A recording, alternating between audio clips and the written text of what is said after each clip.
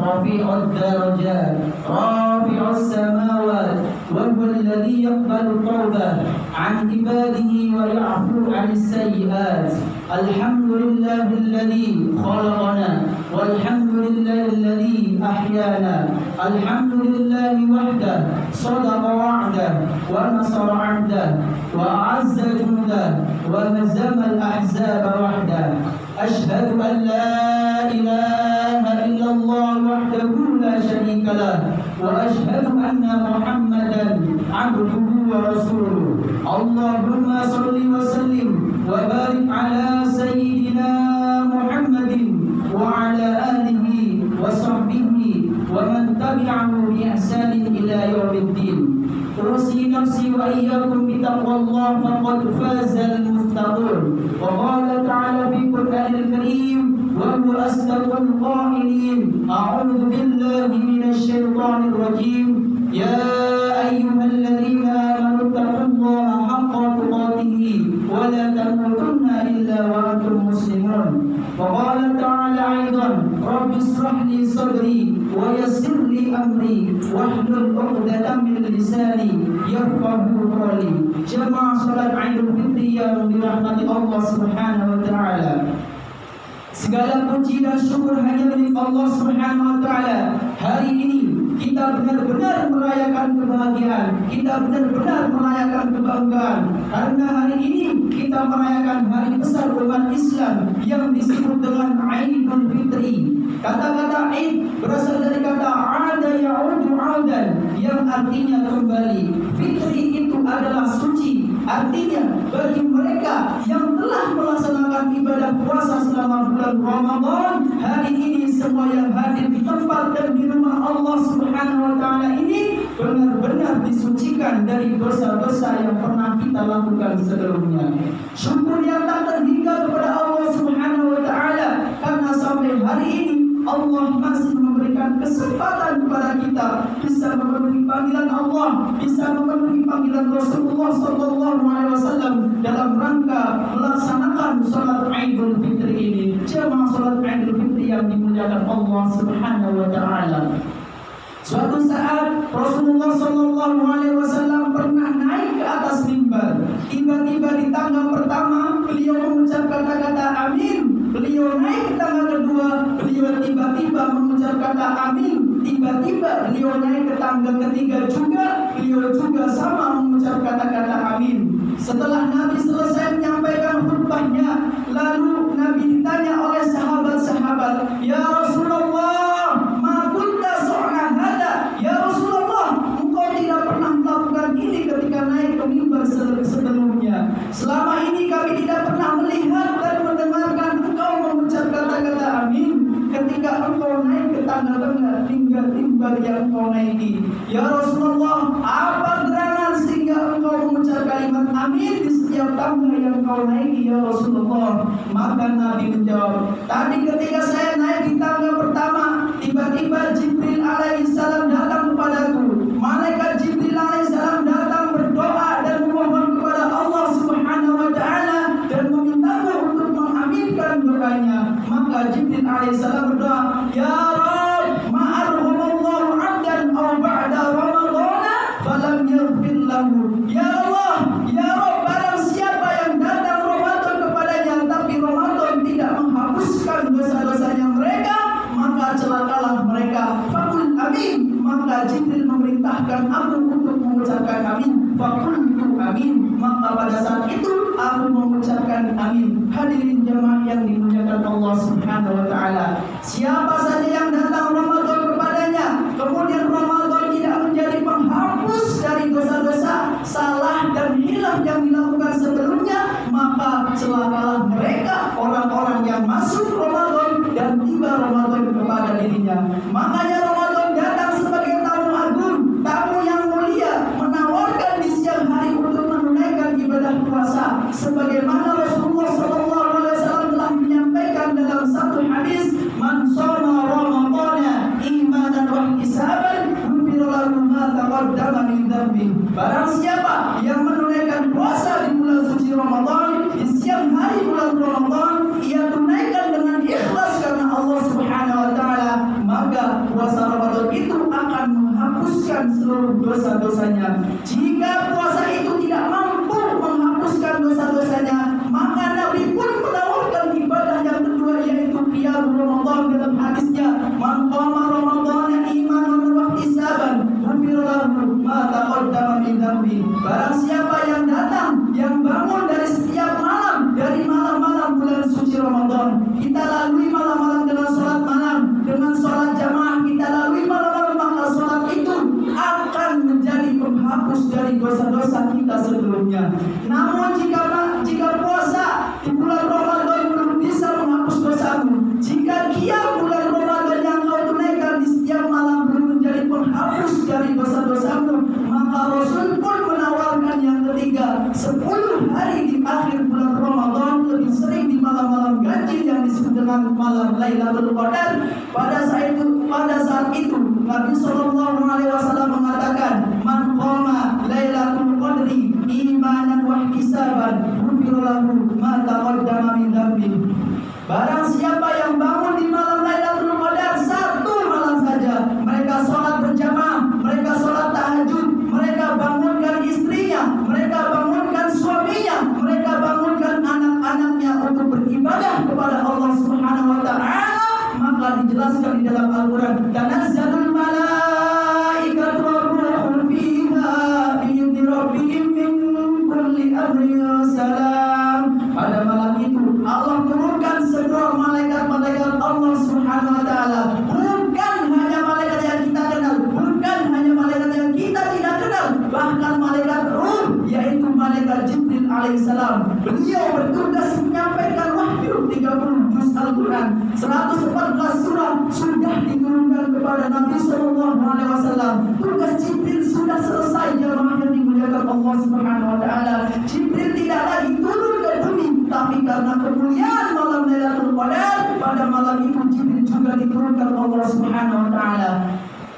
Hanya ingin melihat siapa di antara hamba-hambanya yang bangun untuk menunaikan ibadah sholat qiyam, yang bangun pada malam itu untuk menunaikan sholat tahajud. Maka Nabi Sallallahu Alaihi Wasallam memberikan kabar gembira kepada umatnya. Kata Allah Subhanahu Wa Taala, ya malaikati basyiru, basyiru, basyiru. Beri kabar gembira kepada hamba-hambaku yang mereka menghidupkan malam-malam 10 hari terakhir. Mereka bangun untuk beribadah, mereka bangun bertemu Lailatul Qadar. Allah telah hapuskan semua dosa-dosanya dan Allah telah siapkan surganya untuk tempat kembali mereka. Allahu Akbar, Allahu Akbar, Allahu Akbar, Allahu Akbar kabira, walhamdulillahi katsira, wa subhanallah bukratan wa asila, la ilaha illallah wallahu akbar, Allahu Akbar, walillahil hamd. Jamaah salat Idul Fitri yang dimuliakan Allah Subhanahu wa Ta'ala, bersyukur kita karena hari ini kita telah dikembalikan kepada fitrah yang suci, fitrah seperti bayi yang baru dilahirkan. Salah hilaf telah diampuni oleh Allah Subhanahu wa Ta'ala. Maka mulai hari ini kita harus tersenyum bahagia, tersenyum bahagia karena kita telah menunaikan ibadah bulan suci Ramadan yang telah kita lewati kemarin.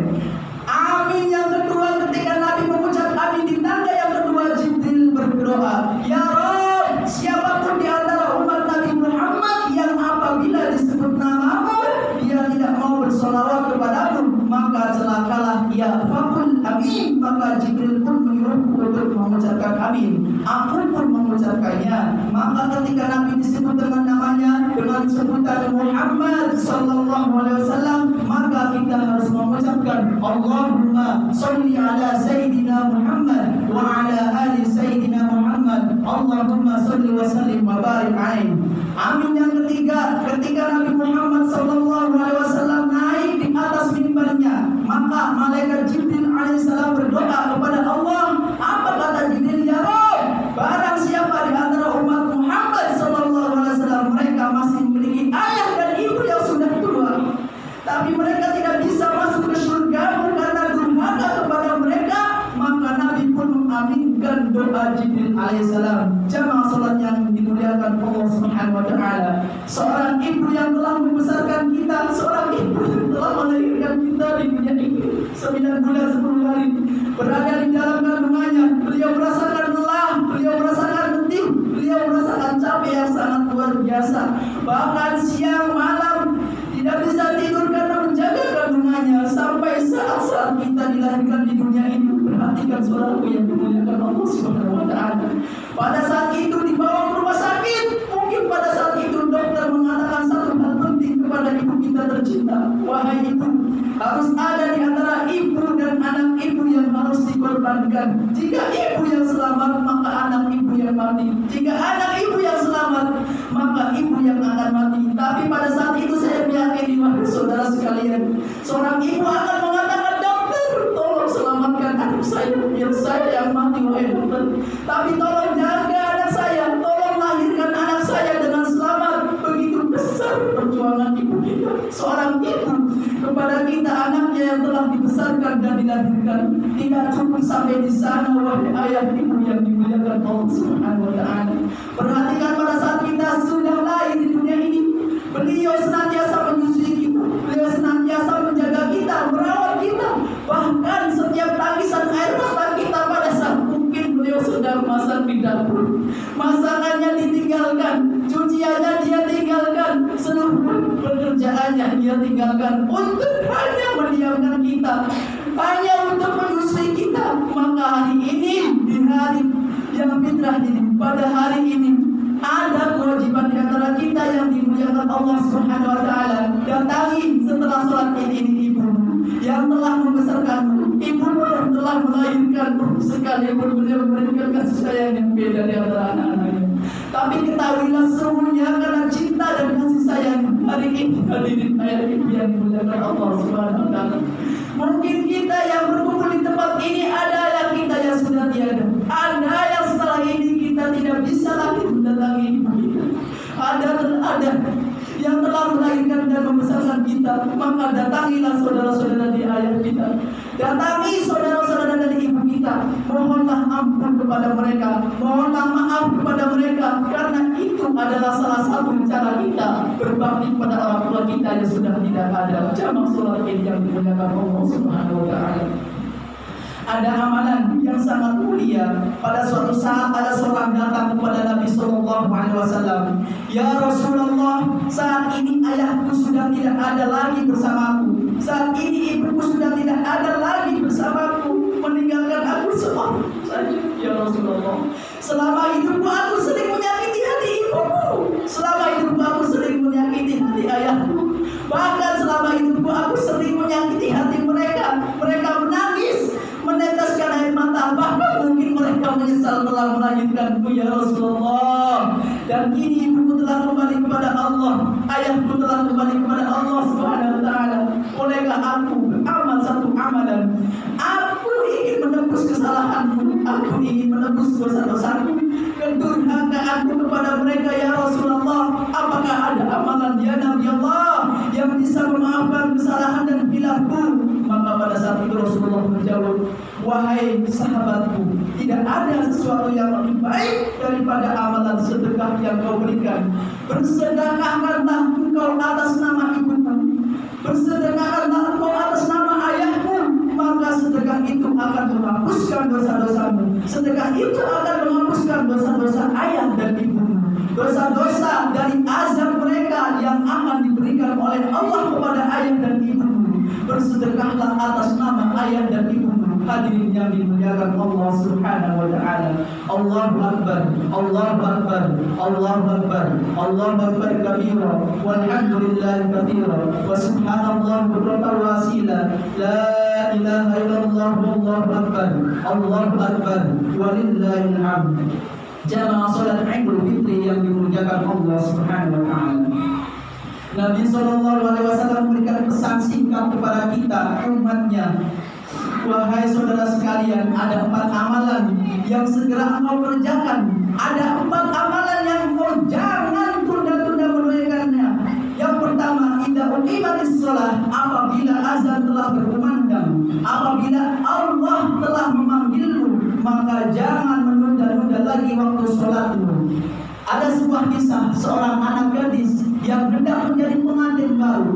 Ketika acara akad nikahnya hendak diakadkan, hendak ditunaikan, seorang gadis dengan make up yang sudah cantik, dengan lipstik yang sudah cantik, dengan baju pengantin yang sudah mewah, ketika hendak ingin keluar dari pintu kamarnya bersama ibunya, hendak untuk duduk di samping calon suaminya untuk menunaikan akad nikahnya, pada saat itu ada azan berkumandang, Allahu Akbar, Allahu Akbar. Gadis ini memohon izin kepada ibunya, wahai ibu, azan telah tiba, izinkan aku sholat sebentar sebelum aku menunaikan akad nikahnya. Karena setelah aku sholat, aku akan menunaikan akad nikah, aku akan diserahkan kepada calon suamiku. Wahai gadisku, sholat bisa ditunda, sholat bisa diundur nanti setelah akad nikah, sholat bisa diundur nanti setelah acara ini selesai. Wahai ibuku, ini adalah perintah Allah Subhanahu wa Ta'ala yang harus aku segera patuhi, yang harus aku segera turuti. Dengan nada lembut, akhirnya lipstiknya luntur karena air wudhunya, akhirnya make upnya luntur karena air wudhunya, akhirnya baju pengantinnya basah karena air wudhunya. Ketika beliau sholat dengan khusyuk, membaca surat Al-Fatihah dengan khusyuk, membaca surat-surat Al-Quran dengan khusyuk, ketika ruku dengan khusyuk, ketika sujud dengan khusyuk, sampai lupa bangkit dari sujudnya. Semua keluarga menunggu, semua calon pengantin menunggu. Di mana calon pengantin? Kenapa lama tidak keluar dari kamarnya? Ibunya masuk melihat gadisnya sedang sujud lama, ditunggu 3 menit. Ketika dibangunkan, subhanallah, masya Allah, wahai saudara sekalian, ketika dibangunkan oleh ibunya, gadis ini sudah tidak bernafas, gadis ini sudah pulang ke rahmatullah, sudah kembali kepada Allah Subhanahu wa Ta'ala. Coba bayangkan Bapak Ibu yang dimuliakan Allah, di saat gadis ini diinginkan oleh manusia menjadi bidadari di dunia, di saat ini gadis itu diinginkan menjadi pengantin di dunia, namun Allah lebih sayang untuk menjadikan bidadari, untuk menjadikan pengantin di surganya nanti. Allahu Akbar, Allahu Akbar, Allahu Akbar, Allahu Akbar, walillahil hamd. Jika sholat engkau jaga, maka hidupmu akan bahagia. Maka tidak heran, mungkin usaha kita tidak lancar, mungkin keluarga kita banyak bala dan bencana, mungkin lingkungan kita banyak bala dan bencana, mungkin karena kita sering lalai, sering tunda-tunda sholat kita, sholat 5 waktu kita. Na'udzubillah, na'udzubillah, thumma na'udzubillah min dzalik. Yang kedua, kata Rasulullah, apabila engkau punya anak gadis yang sudah siap berkeluarga, maka nikahkanlah ia. Kenapa? Karena ditakutkan kawin sendiri. Inilah yang kita khawatirkan, ayah ibu. Inilah yang kita takutkan, wahai ayah ibu. Inilah yang kita takutkan, ayah ibu yang dimuliakan Allah Subhanahu wa Ta'ala. Yang ketiga, kata Rasulullah, apabila ada seorang dari kalian meninggal, cepat-cepatlah tunaikan kewajiban fardu kifayahnya, mulai dari memandikan, mengapankan, menyolatkan sampai menguburnya. Yang terakhir, wahai saudara sekalian, ini yang harus sama-sama kita perhatikan. Sama-sama kita perhatikan.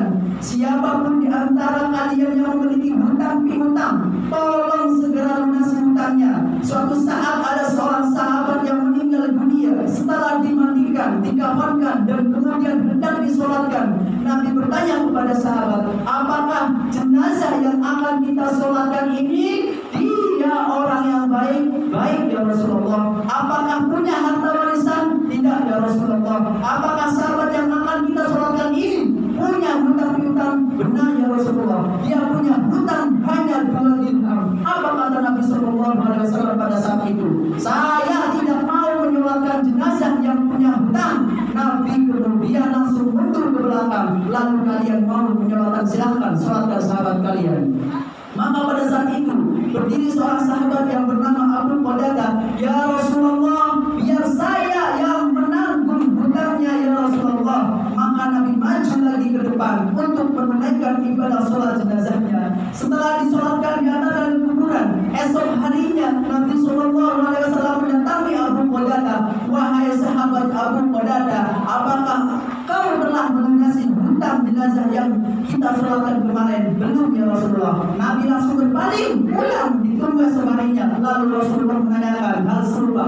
Wahai Abu Qatadah, apakah engkau telah melunasinya? Apakah engkau telah melunasi hutang-hutangnya, hutang-hutang jenazah yang kemarin kita sholatkan?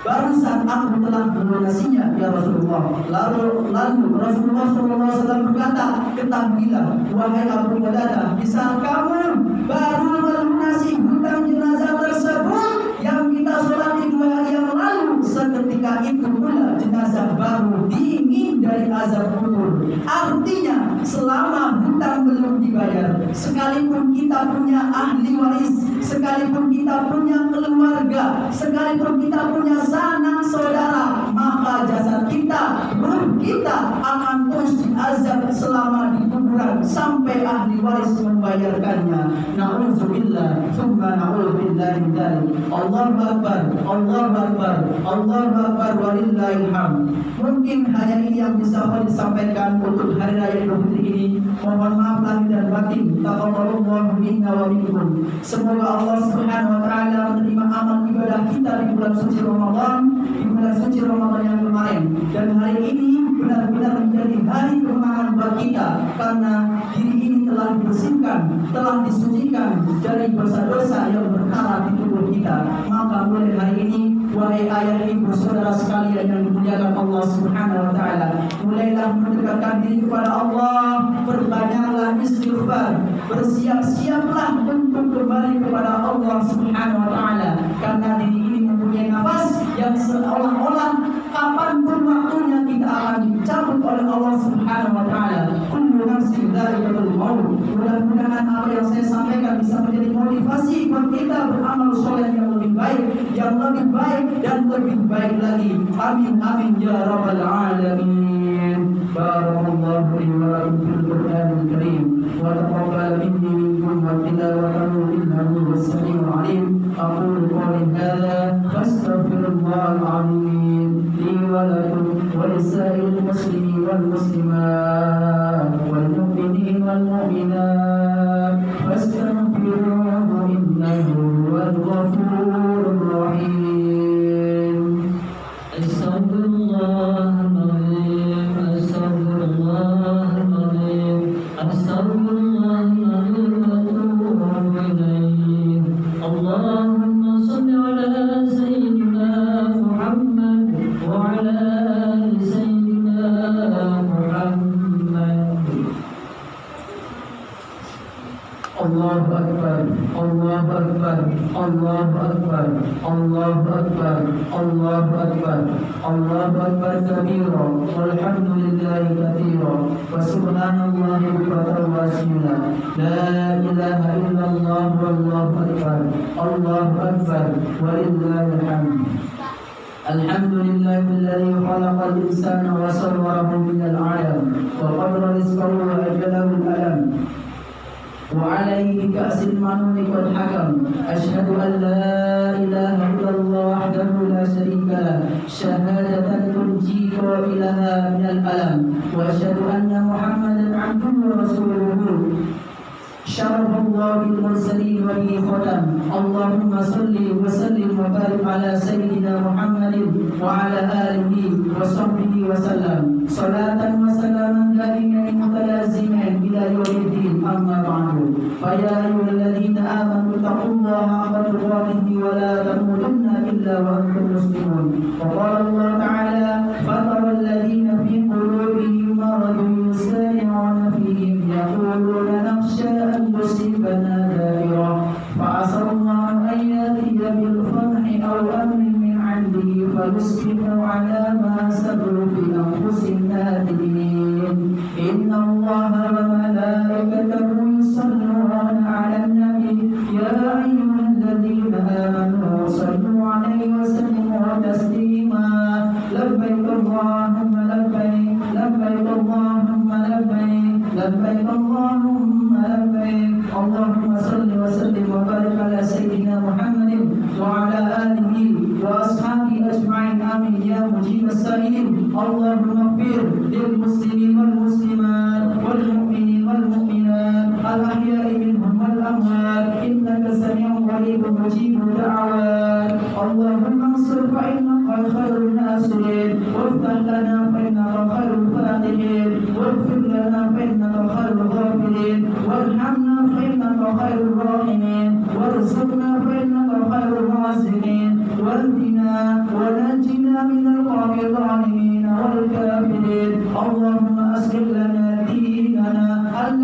وعصمة أمرنا واصلح لنا دنيانا التي فيها معاشنا واصلح لنا آخرتنا التي فيها معادنا واجعل الحياة زيادة لنا في كل خير واجعل الموت راحة لنا من كل شر اللهم لا تسلط علينا من لا يرحمنا اللهم إني أعوذ بك من علم لا ينفع وقلب لا يخشى ومن نفس لا تسمع ومن دعاء لا يسمع ربنا ظلمنا أنفسنا وإن لم تغفر لنا وترحمنا لنكونن من الخاسرين ربنا اغفر لنا ولإخواننا الذين سبقونا بالإيمان ولا تجعل في قلوبنا غلا للذين آمنوا ربنا إنك رؤوف رحيم ربنا تقبل منا إنك أنت السميع العليم وتب علينا إنك أنت التواب الرحيم ربنا آتنا في الدنيا حسنة وفي الآخرة حسنة وقنا عذاب النار والحمد لله رب العالمين. عباد الله إن الله يأمر بالعدل والإحسان وإيتاء ذي القربى وينهى عن الفحشاء والمنكر والبغي يعظكم لعلكم تذكرون واشكروه على نعم يزدكم واسألوا من فضله يعطيكم ولذكر الله أكبر والسلام عليكم ورحمة الله وبركاته.